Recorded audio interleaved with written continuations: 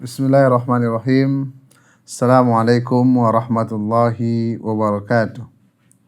Alhamdulillah wassalatu wassalamu ala Rasulillah wa ala alihi wa ashabihi wa man wala.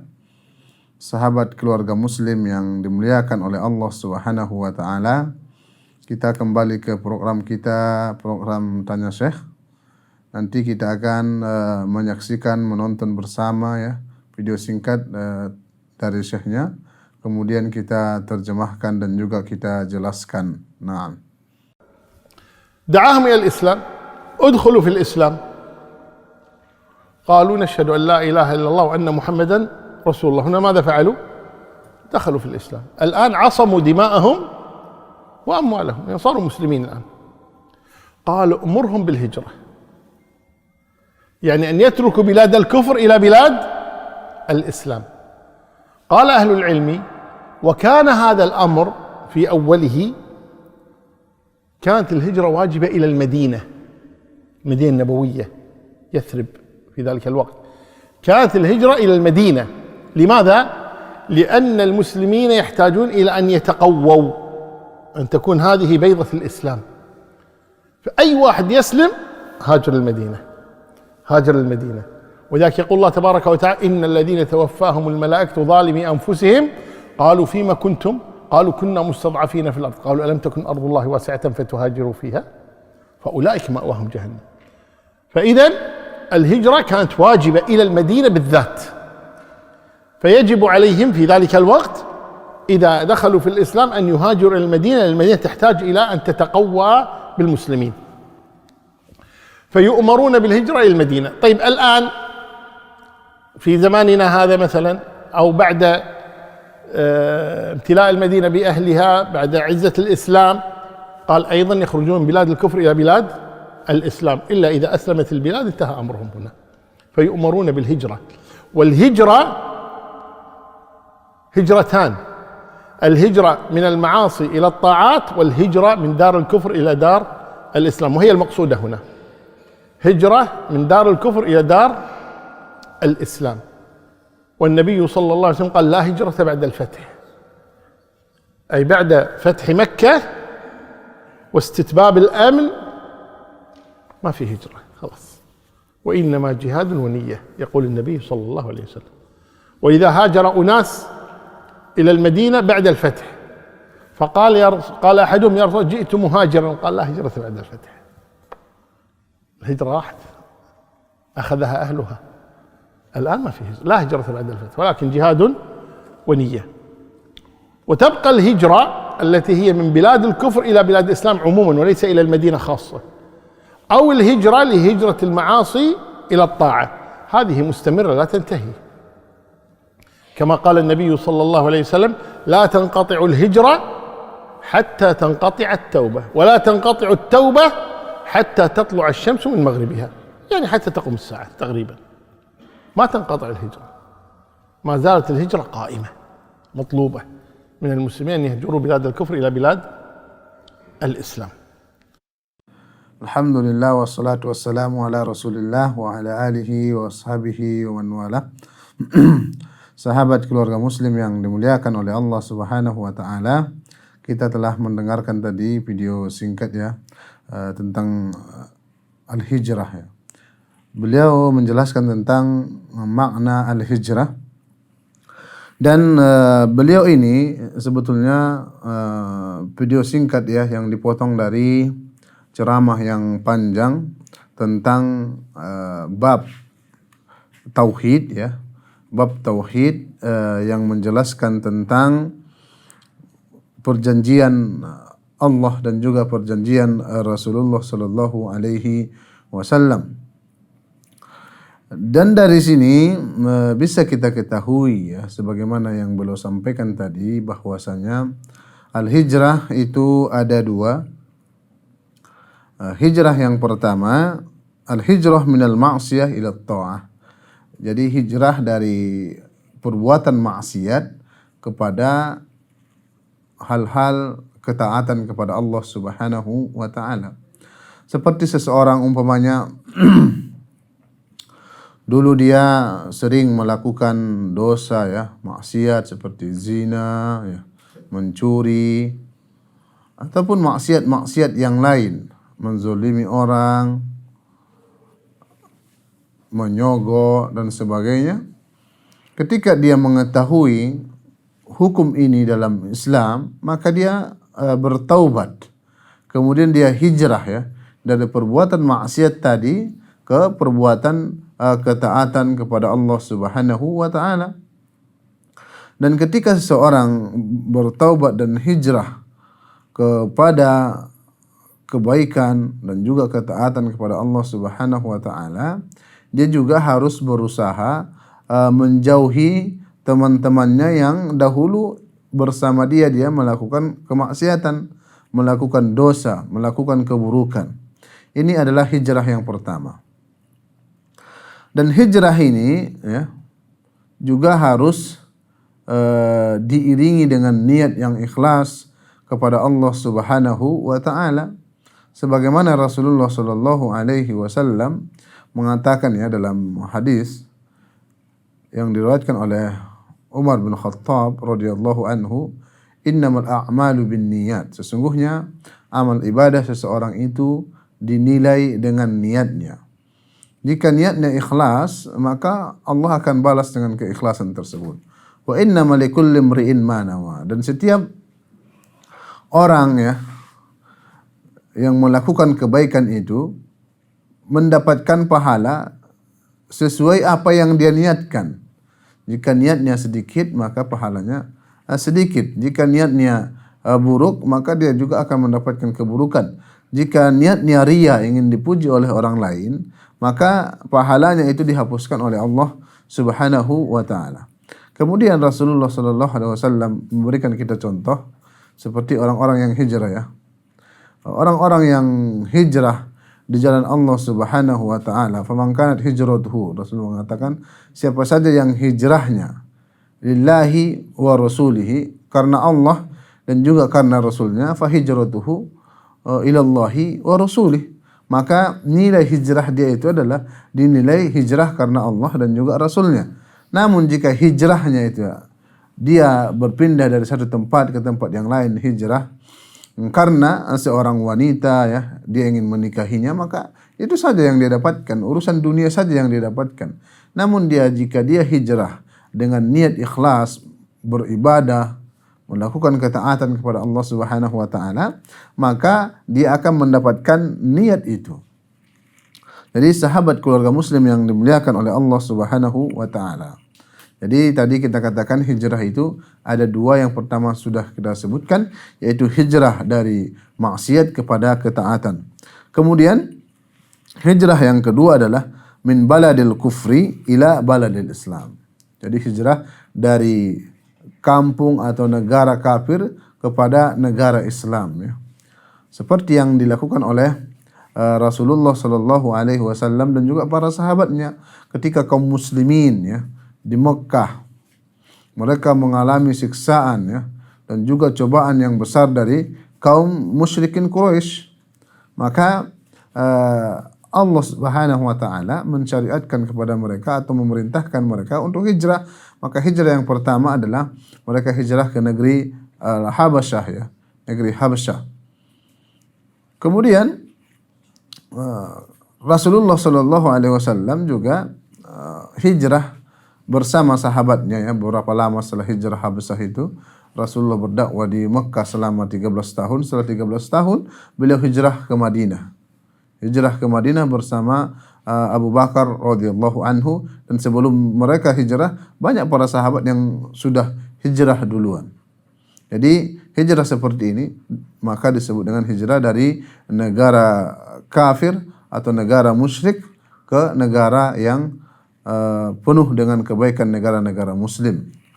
Kaum muslimin yang dimuliakan oleh Allah Subhanahu wa taala.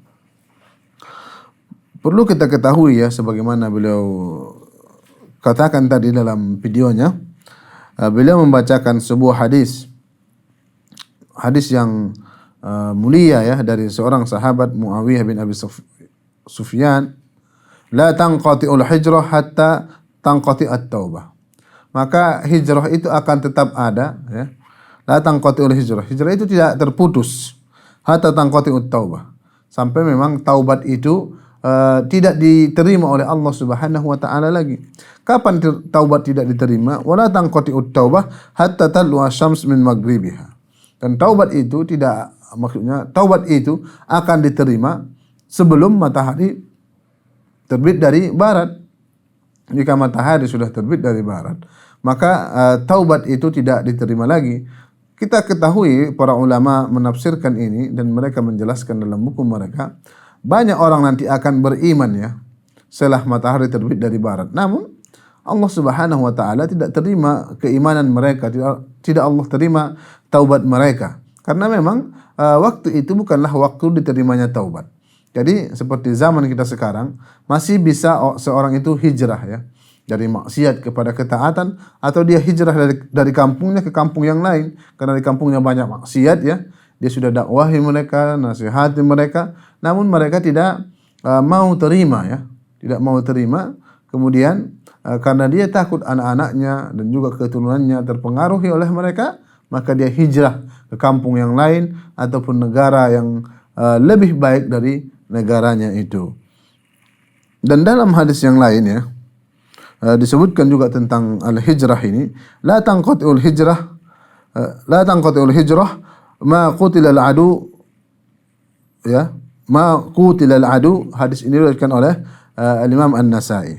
Jadi hijrah itu tidak akan terputus selama memang musuh-musuh Islam masih menyerang kita atau masih memusuhi kita umpamanya.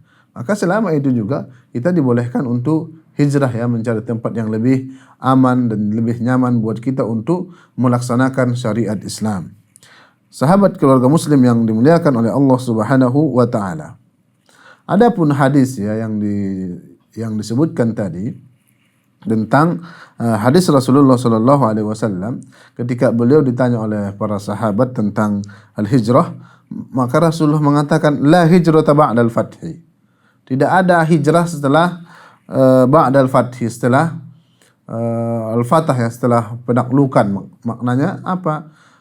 Setelah kaum muslimin ya sudah menempati Madinah dan Madinah menjadi kota mereka, maknanya orang-orang yang dari Mekkah ke Madinah tidak disebut lagi orang-orang al-muhajirin karena tidak disebut dengan hijrah, karena hijrah itu adalah dari negara kufur ke negara Islam. Adapun dari negara muslim ke negara muslim itu tidak disebut dengan al-hijrah. Walakin jihadun wa niyah. Namun dan itu disebut dengan jihad dan juga dengan niat yang ikhlas kepada Allah Subhanahu wa taala. Wa idastunfirtum fanfiru. Maksudnya ketika kalian memang dikucilkan dan orang-orang kafir berusaha memusuhi kalian, mengusir kalian, maka dibolehkan bagi kita untuk tetap hijrah seperti itu. Jadi kaum muslimin yang dimuliakan oleh Allah Subhanahu wa taala, hijrah ini tetap disyariatkan kepada kita jika kita mengalami siksaan-siksaan ataupun ancaman-ancaman ya dari pihak-pihak yang berusaha membuat kita sulit. Umpamanya di kampung kita sudah menasihati orang banyak perjudian, banyak perzinaan, banyak maksiat, banyak pencurian ya, banyak kezaliman umpamanya. Kita sudah nasihati mereka tidak mau, dan kita takut tentunya keturunan kita, anak-anak kita, kerabat kita ikut bersama mereka dalam keburukan tersebut. Maka kita hijrah ke kampung yang lain, yang mana kampung itu menerima dan mereka melakukan kebaikan sebagaimana kita suka dengan kebaikan. Naam.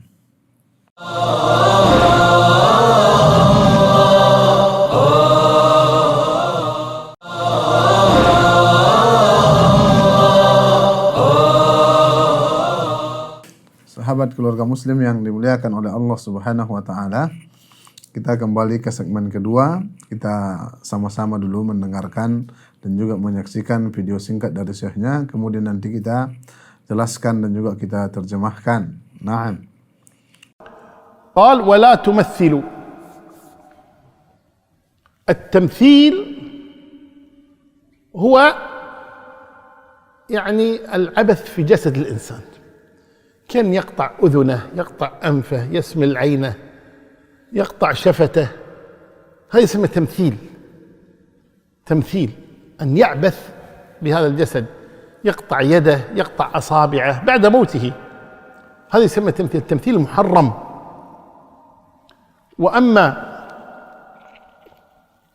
الحديث المشهور عند الناس أنه مثل بحمزة رضي الله عنه في غزوة أحد، فلما رآه النبي صلى الله عليه وسلم غضب أنهم مثلوا بحمزة، قال لا أمثل ب70 يعني من المشركين، يعني مقابل حمزة، يعني 1 مقابل 70. هذا ليس من أخلاق المسلمين، ولم يقله النبي صلى الله عليه وسلم. إن الله تبارك وتعالى يقول وإن عاقبتم فعاقبوا مثلي ما عوقبتم به. Sahabat keluarga muslim yang dimuliakan oleh Allah Subhanahu wa taala, kita telah menyaksikan tadi video singkat dari syekhnya. Beliau menjelaskan tentang at-tamthil ya. At-tamthil dalam bahasa Arab itu maknanya adalah mutilasi ya. Apa yang dimaksud dengan mutilasi ini? Mutilasi adalah memotong anggota tubuh ya dengan terpisah-pisah, seperti seorang memotong tangannya, dibuat beberapa bagian, mencongkel matanya dan juga kakinya, seperti itu dinamakan dengan mutilasi. Dan mutilasi ini tidak dibolehkan dalam agama Islam. Dan beliau ini menjelaskan sebetulnya dari hadis Rasulullah sallallahu alaihi wasallam, wala tumathilu ya, dan janganlah kalian memutilasi. Beliau ini menjelaskan tentang hadis Rasulullah sallallahu alaihi wasallam ketika Rasulullah mewasiatkan kepada para sahabat ya yang dijadikan sebagai pemimpin dalam peperangan. Rasulullah menasihati mereka, ugzu bismillah fi sabilillah, berperanglah kalian di jalan Allah dengan atas nama Allah ya, dengan atas nama Allah. Qatilu man kafara billah, jadi kalian perangilah orang-orang yang kufur di jalan Allah Subhanahu wa taala. Ugzu wala taglu, berperanglah maksudnya, namun jangan berlebih-lebihan.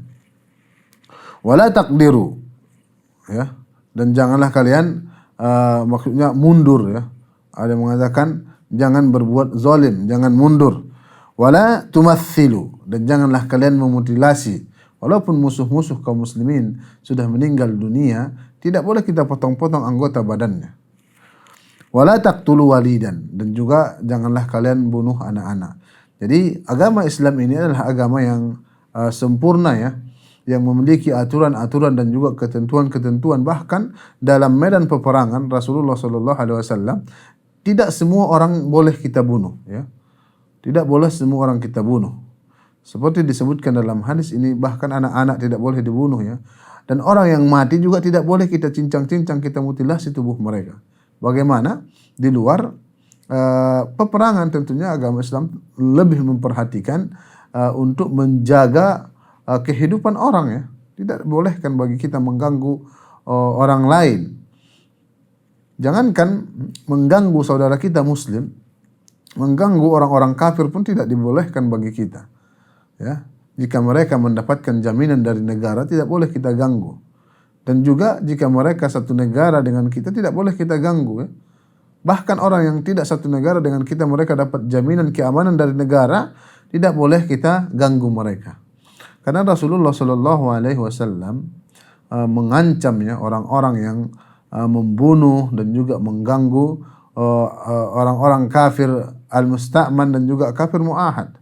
Ya, kafir yang mendapat jaminan ya, mendapat jaminan dari pemerintah, siapa yang membunuh mereka itu, maka dia tidak akan mendapatkan wanginya surga. Ya, wanginya surga saja dia tidak dapat. Dan disebutkan dalam hadis yang lain, wangi surga ini bisa didapatkan dengan perjalanan 40 tahun ya.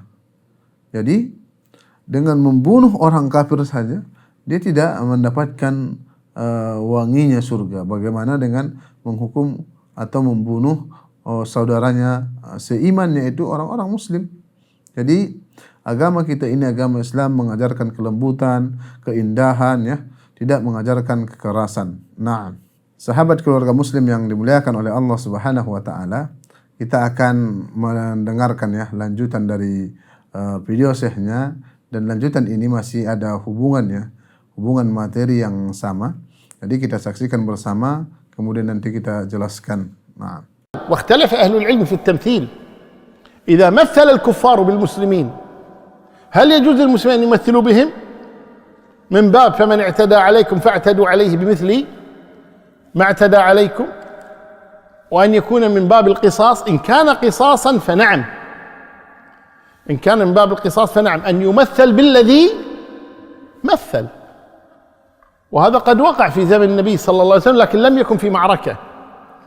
لما جاء قوم من عرينة والإحيان فجاءوا إلى المدينة ثم استوخموها، أصابهم يعني في بطونهم داء من المدينة، فسألوا النبي صلى الله عليه وسلم فأمر أن يخرجوا إلى إبل الصدقة فيشربوا من ألبانها وأبوالها، فذهبوا فشربوا فشفوا،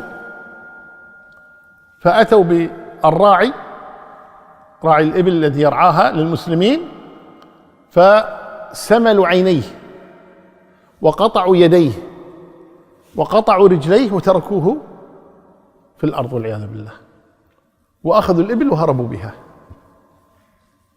وجاءوا مدعين للإسلام، لكن لما شافوا الإبل وما عندها أحد، ما عندها إلا الراعي هذا، ولم يكتفوا بقتله، وإنما سملوا عينيه، أزالوا عينيه من مكانهما، وقطعوا يديه وقطعوا رجليه وتركوه. فجاء الوحي إلى النبي صلى الله عليه وسلم بما فعلوا، فأمر أصحابه أن يلحقوا بهم، فلحقوا، لأن هؤلاء يسوقون الإبل فمشيهم بطيء، فلحق بهم الصحابة وأمسكوا بهم وجاءوا بهم إلى النبي صلى الله عليه وسلم، فأمر بهم النبي صلى الله عليه وسلم فسمل أعينهم وقاطع أيديهم وأرجلهم وتركهم في الأرض حتى ماتوا. هذا هنا هذا قصاص، هذا قصاص. وكتبنا عليهم فيها أن النفس بالنفس والعين بالعين والأذن بالأذن والأنف بالأنف والأذن بالأذن والسن بالسن والجروح قصاص. أما أن نمثل بمن لم يمثل، بعض أهل العلم قال يجوز إذا كان هم بدأوا بالتمثيل وفعل الواحد منهم كفعل الجماعة، فنمثل بمن كان معهم رأسا برأس. وبعض أهل العلم قال لا نمثل إلا بمن مثل، إذا أمسكنا الشخص الذي قطع الأيدي أو قطع الأرجل أو قطع الألسنة أو هذا، هو هذا الذي يفعل به، وهذا أحوط، وهذا هو الأظهر والعلم عند الله tabaraka wa ta'ala. Sahabat keluarga muslim yang dimuliakan oleh Allah Subhanahu wa taala, kita telah menyaksikan tadi video singkat dari syekhnya. Kemudian kita akan menjelaskannya ya. Beliau menjelaskan kepada kita hukum at-tamthil, hukum mutilasi ya. Disebutkan mutilasi ini tidak dibolehkan ya dalam syariat Islam, seperti yang dilakukan oleh orang-orang kaum musyrikin kepada paman Rasulullah sallallahu alaihi wasallam, Hamzah bin Abdul Muttalib. Dalam perang Uhud, kaum muslimin awalnya menang, kemudian dipukul mundur oleh orang-orang Quraisy musyrikin ya. Dan saat itu ditemukan jasad paman Rasulullah sallallahu alaihi wasallam dimutilasi oleh orang-orang Quraisy kafir ya. Maka seperti ini tidak dibolehkan. Kemudian adapun jika memutilasi orang-orang yang memutilasi orang lain dalam hukum Islam, maka itu dibolehkan dengan bentuk qisas ya. Dalam bentuk qisas. Karena dalam agama kita, agama Islam, qisas itu adalah orang yang memotong tangan orang lain, maka dipotong tangannya. Orang yang membunuh juga dibunuh ya. Dan orang yang mencongkel mata orang lain maka dicongkel juga matanya seperti itu. Karena al-ainu bil ain ya, al-anfu bil anf, wal udhun bil udhun. Pokoknya ada seseorang menghilangkan telinga orang lain umpamanya, maka telinganya juga harus dihilangkan, dan ini disebut dengan qisas seperti itu. Jadi lanjutan apa tadi pembahasan ini, dan beliau juga membacakan hadis Rasulullah sallallahu alaihi wasallam yang kita bacakan tadi, ugzu bismillah ya. Perangilah dengan menyebut nama Allah Subhanahu wa taala. Kemudian kita kembali kepada asyahid, wala tumatsilu, dan janganlah kalian memutilasi. Kemudian ditanya tentang yang memutilasi karena dia memutilasi orang lain, maka beliau jawab, "Na'am ya." Dibolehkan, na'am, yajuz an yaqumul muslimun bitamthil bil qatla khilafan lil asl in kana ala sabil qisas aw al muqabalah. Ya, maka dibolehkan memutilasi seseorang karena mereka melakukan itu. Dan ini pernah dilakukan oleh para sahabat ya atas perintah Rasulullah sallallahu alaihi wasallam. Disebutkan dengan qissah al-Uraniyin ya, orang-orang Uraniyin. Disebutkan dalam Sahih Bukhari dan juga Muslim, dan Rasulullah sallallahu alaihi wasallam memerintahkan para sahabat ya untuk memotong tangan-tangan mereka dan juga kaki-kaki mereka, dan juga mencongkel mata-mata mereka, dan mereka dibiarkan sampai mati begitu saja di atas bumi. Kenapa? Karena mereka ya membunuh seorang ar-ra'i, seorang pengembala lah disebutkan, baik dia pengembala unta dan sebagainya. Namun secara zahirnya di situ adalah pengembala unta, karena mereka sempat meminum air kencing unta tersebut dan menyembuhkan penyakit mereka seperti itu. Kemudian mereka bunuh pengembala tadi, mereka potong tangannya, mereka potong anggota-anggota tubuhnya seperti itu. Mereka membunuhnya dengan memutilasi seperti itu. Maka Rasulullah sallallahu alaihi wasallam memerintahkan para sahabat untuk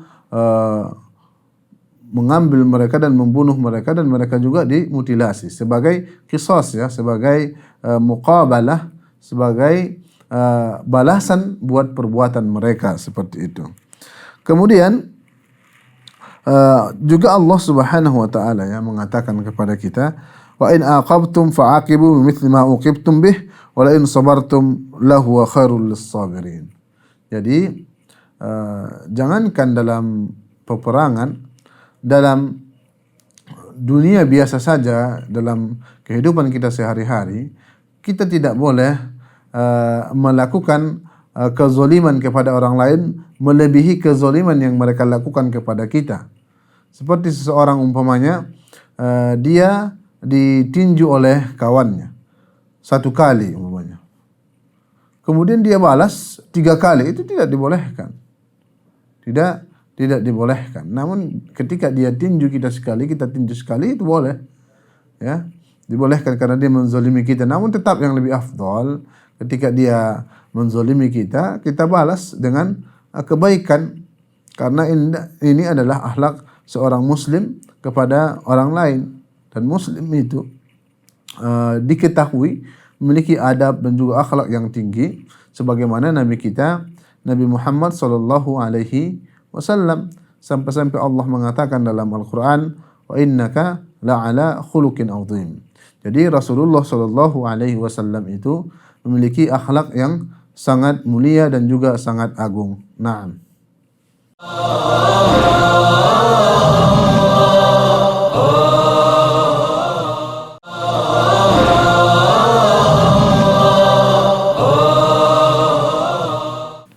Bismillah wassalatu wassalamu ala Rasulillah wa ala alihi wa ashabihi wa man wala. Sahabat keluarga muslim yang dimuliakan oleh Allah Subhanahu wa taala. Sekarang kita ke segmen ketiga ya. Mari kita dengarkan dulu sama-sama video singkat dari syekhnya, kemudian nanti kita jelaskan. Qal ughzu wa la taghullu. Al-ghulul huwa akhdh syai' min al-ghanimah qabla tawzi'iha, yani sariqah. سرقة من الغنيمة، هذا الغلول. يقول الله تبارك وتعالى: وما كان نبي أن يغل ومن يغلل يأتي بما غل يوم القيامة. وفي قراءة: وما كان لنبي أن يغل، يعني أن يشارك أحد معه في القتال ثم يسرق من الغنيمة. وقد جاء في خيبر أيضا عندما قاتل النبي صلى الله عليه وسلم اليهود، أتوا النبي صلى الله عليه وسلم فذكروا شخصا قاتل مع النبي صلى الله عليه وسلم وقالوا هنيئا له الجنة. قال: لا، إن الشملة التي غلها لتشتعل عليه نارا الآن. وهو غل شملة يعني عباءة بشت شملة. قال: إن الشملة التي غلها لتشتعل عليه نارا. فلما سمع بعضهم هذا الكلام من النبي صلى الله عليه وسلم: شملة تشتعل عليه نارا، قتل مع النبي صلى الله عليه وسلم، جاء أحدهم بشراكين، بنعلين فوضعهما بين يدي النبي صلى الله عليه وسلم، كان غلهما أيضا. بعد القتال شاف أحد الكفار عليه نعلين حسنتين فأخذهما. فلما سمع النبي صلى الله عليه وسلم يقول: إن الشمل التي غلها تشتعل عليه نار، جاء بالنعلين ووضعهما بين يدي النبي صلى الله عليه وسلم. قال: يا رسول الله، هاتان أو هذان شراكان غللتهما، حطهم. فقال النبي صلى الله عليه وسلم: شراكان من نار، يعني لو لم تعدهما لكان شراكين من نار، وهما نعلان. فالغلول من كبائر الذنوب، وهو أن يأخذ من الغنيمة قبل تقسيمها، إلا إذا كان القائد قال لهم في بداية القتال: من قتل قتيلا فله سلبه، كما كان يفعل النبي صلى الله عليه وسلم في بعض الغزوات. هذا وصلناه في كتاب الفقه، لكن الشاهد من هذا أنه إذا أذن الحاكم أن من قتل قتيلا فله سلبه. نعم. أما إنسان بعد المعركة يذهب للقتلى ويلقط منهم، يأخذ من هذا كذا ومن هذا قبل توزيع الغنيمة، هذا هو الغلول، وهو من كبائر الذنوب، وهو محرم، لا يجوز أن يأخذ، لأنه ينتظر حتى إذا انتهت المعركة وزعت الغنيمة، 4 أخماس على الجيش وخمس لله والرسول ذي القربى واليتامى والمساكين وابن السبيل، وانتهى الأمر. Sahabat keluarga muslim yang dimuliakan oleh Allah Subhanahu wa taala. Kita tadi mendengarkan secara singkat ya video beliau menjelaskan tentang hadis yang kita baca sebelumnya ya. Tadi saya salah baca, saya baca wala taglu, sebetulnya wala taghullu ya. Wala taghullu artinya itu jangan berbuat gulul ya. Jangan berbuat gulul, dan gulul ini termasuk dosa besar ya. Termasuk dosa besar dalam Islam. Karena gulul itu adalah mengambil ya harta seperti harta rampasan perang yang bukan menjadi miliknya. Karena Allah Subhanahu wa taala berfirman, "Maka kana linabiyyin an yaghul ya, wa man yaghlul ya'ti bima ghalla yaumal qiyamah." Artinya, dan tidak layaklah bagi seorang nabi berbuat gulul, dan barang siapa yang berkhianat ya, gulul, sebagian orang mengatakan gratifikasi atau yang sejenisnya, intinya adalah berkhianat. Barang siapa yang berkhianat dalam urusan rampasan perang atau disebut dengan gulul tadi kita katakan, maka pada hari kiamat ia akan datang membawa apa yang dikhianatinya. Dan di antara berkhianat ya, mengambil harta dalam medan peperangan, seseorang mengambil harta rampasan yang bukan menjadi miliknya. Beda halnya ketika seorang pemimpin mengatakan wa man qatala ya, siapa yang membunuh seseorang falahu salabuhu, maksudnya bagi dia harta rampasannya, maksudnya seseorang membunuh seseorang dalam medan perang umpamanya, dan apa yang melengket di badan yang dia bunuh itu, maka itu adalah miliknya, kecuali seorang pemimpin mengatakan seperti itu. Jika tidak, maka tidak dibolehkan. Tentunya dalam medan perang saja tidak dibolehkan, apalagi dalam urusan-urusan ya dunia kita. Dan ini dijadikan oleh para ulama dalil ya bagi orang-orang yang berbuat gratifikasi dan juga korupsi. Korupsi itu adalah mengambil harta ya yang bukan milik dia, dan ini dosa besar ya. Dosa besar, sebagaimana disebutkan dalam hadis Rasulullah sallallahu alaihi wasallam dalam perang Khaybar ya. ada seorang sahabat yang diketahui dia ikut dalam medan perang tersebut, kemudian dia terbunuh. Ya. Kemudian dia terbunuh, maka ada yang mengatakan sungguh beruntung ya seseorang ini, maksudnya dia mati syahid. Maka Rasulullah Shallallahu Alaihi Wasallam disebutkan di sini bahwasanya si fulan itu akan masuk neraka. Kita akan bacakan hadisnya. Hadis ini dari sahabat yang mulia Abu Hurairah radhiyallahu anhu, annahu yahmil ala unuqihi wa qad qala Rasulullah sallallahu alaihi wasallam fi ma'dam walladhi nafsi biyadihi inna syamlah allati akhadha yawma Khaybar min al-maghanim lam yusibha al-maqasim litasta'ila alaihi nara. Qala falamma sami'a an-nas dhalik ja'a rajulun bi shirak aw shirakain ila Rasulillah sallallahu alaihi wasallam. Intinya apa? Dia ketika terjadi peperangan ya, dia mengambil satu helai selendang yang bukan menjadi hak dia ya, bukan menjadi hak dia, diambil itu, maka karena sehelai selendang itu Rasulullah mengatakan dia itu masuk neraka karena dia mengambil yang bukan menjadi haknya ya. Kemudian ketika para sahabat mendengarkan itu, maka datang kepada Rasulullah Shallallahu Alaihi Wasallam membawa shirak ya, shirak atau seperti sandal ya atau sepatu yang sejenisnya atau dua sepatu kepada Rasulullah Shallallahu Alaihi Wasallam karena dia takut dimasukkan ke neraka Allah Subhanahu Wa Taala karena sandal itu, karena dia juga mengambil sandal itu ketika di medan perang seperti itu yang bukan menjadi miliknya. Karena sandal itu dia akan dimasukkan ke dalam neraka jika dia tidak datang kembalikan kepada Rasulullah Sallallahu Alaihi Wasallam. Ketika dia datang mengembalikan itu kepada Rasulullah Sallallahu Alaihi Wasallam, Rasulullah mengatakan, "Faqala Rasulullah Sallallahu Alaihi Wasallam syirak, ya, syirak atau syirakan minar," kata Rasulullah. Ini satu sepatu atau dua sepatu yang Anda ambil ini bisa mengakibatkan Anda akan masuk neraka seperti itu. Jadi hal yang sepele nampaknya ya, sepele, namun mengakibatkan dimasukkan ke dalam neraka. Makanya kita katakan gulul ini adalah dosa besar yang harus kita hindari. Terkhusus bagi orang-orang ya yang memiliki kepemimpinan atau memiliki kekuasaan, diambil harta itu yang bukan harta dia, maka bisa masuk ke dalam neraka seperti itu. Kemudian disebutkan Rasulullah Sallallahu Alaihi Wasallam juga, walladzi nafsi biyadihi, ya, demi diriku dan jiwaku ini yang berada di tangan Allah Subhanahu Wa Taala, disebutkan Rasulullah di sini melarang ya, minas shalah ala man ghalla ya. Jadi Rasulullah menyebutkan agar tidak mensolatkan orang yang berbuat gulul. Maksudnya di sini tidak mensolatkan adalah pemimpin-pemimpin agama, tidak ikut mensolatkan mereka. Namun manusia-manusia biasa atau awamul muslimin, manusia-manusia awam dari kalangan kaum muslimin tetap mensolatkan dia. Namun sekedar iqab bagi dia, istilahnya sekedar memberi pelajaran kepada orang lain agar tidak berbuat seperti ini, agar dia takut yang mensolatkan dia nanti adalah orang-orang biasa, bukan orang-orang alim atau orang-orang berpengetahuan dalam agama Islam. Maka perlu kita ketahui ya, perbuatan gulul harus kita hindari dan ini adalah dosa besar.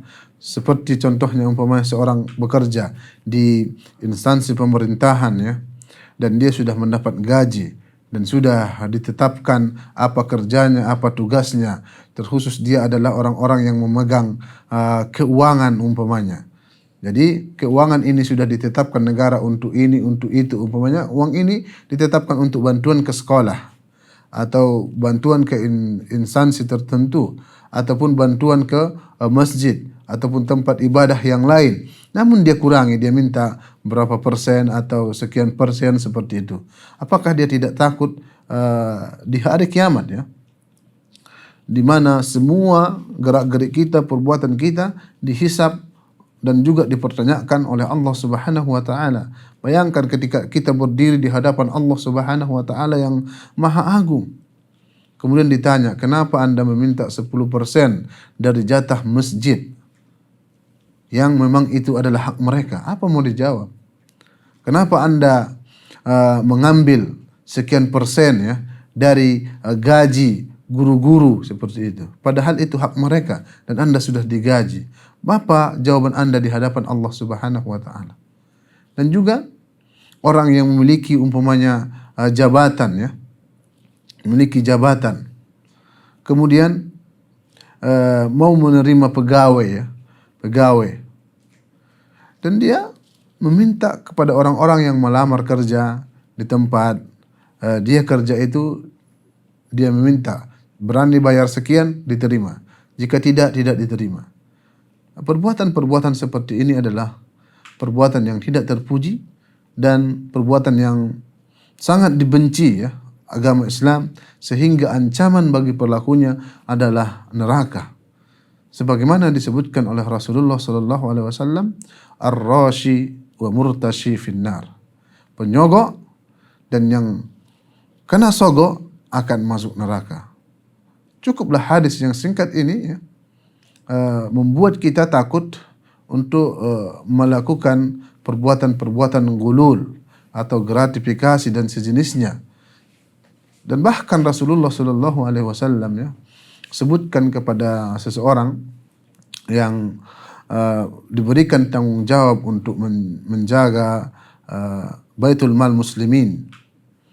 Maka suatu hari dia diberikan hadiah ya, maka Rasulullah sallallahu alaihi wasallam marah, ma balu aqwam, ada apa dengan seseorang ya, dia diberikan amanah tanggung jawab ya, namun dia masih mengambil dari orang-orang seperti itu. Apakah jika seseorang itu tidur di rumah orang tuanya dia diberikan itu? Tidak mungkin dia diberikan. Jadi ketika kita memiliki suatu pangkat ya, suatu pangkat dan orang datang kepada kita memberikan hadiah, bisa hadiah itu akan mengubah kebijakan-kebijakan kita. Maka hadiah itu tidak boleh kita terima. Tidak boleh kita terima. Umpamanya seorang berada pada posisi tertentu dalam instansi pemerintahan. Bayangkan dia adalah bagian kepegawaian umpamanya. Dia bisa menentukan si fulan tempatnya di sini, tempatnya di sini. Kemudian ada orang yang sudah lulus umpamanya datang kepada dia bawa hadiah, kemudian diambil dengan niat agar bisa dipindahkan ke tempat tertentu. Ini juga harta yang diambil itu adalah harta haram, tidak dibolehkan, masuk dari gratifikasi tadi. Jadi kaum muslimin yang dimuliakan oleh Allah Subhanahu wa taala, agama kita ini agama Islam yang sangat memperhatikan tentang harta ya. Jadi harta yang kita makan itu akan menjadi daging ya, menjadi darah. Jika di tubuh kita ini ada darah atau daging yang tumbuh dari harta yang haram, maka neraka lebih layak bagi dia. Maka neraka lebih layak bagi pelaku seperti ini. Kaum muslimin yang dimuliakan oleh Allah Subhanahu wa taala. Jadi kita semua introspeksi diri ya. Kita lihat apakah kita mengambil harta yang bukan hak kita atau menahan harta orang lain ya karena mereka tidak mau bayar kepada kita, atau kita menyimpan harta orang lama yang seharusnya harus kita berikan namun kita simpan agar harta itu berkembang umpamanya. Ini juga tidak dibolehkan. Jadi kaum muslimin yang dimuliakan oleh Allah Subhanahu wa taala, mari kita mengambil harta dari harta yang halal buat kita, harta yang haram kita tinggalkan, harta orang lain yang ada sama kita kita balikkan, kita kembalikan, dan juga harta orang lain berbentuk hutang juga harus kita kembalikan karena mengembalikan itu adalah hukumnya wajib. Jadi saya wasiatkan diri saya dan juga seluruh kaum muslimin untuk betul-betul memperhatikan uang, harta harus memang betul-betul yang kita makan itu adalah yang halal bukan yang haram. Nah, sahabat keluarga muslim yang dimuliakan oleh Allah Subhanahu wa taala, kita telah mendengarkan tadi ya 3 segmen pelajaran tentang agama Islam. Mudah-mudahan yang kita sampaikan ini bermanfaat untuk kita dunia dan juga akhirat. Aqulu qouli hadza wa astaghfirullah li wa lakum wa li sairil muslimin fastaghfiruhu innahu wal ghafurur rahim. Assalamualaikum warahmatullahi wabarakatuh.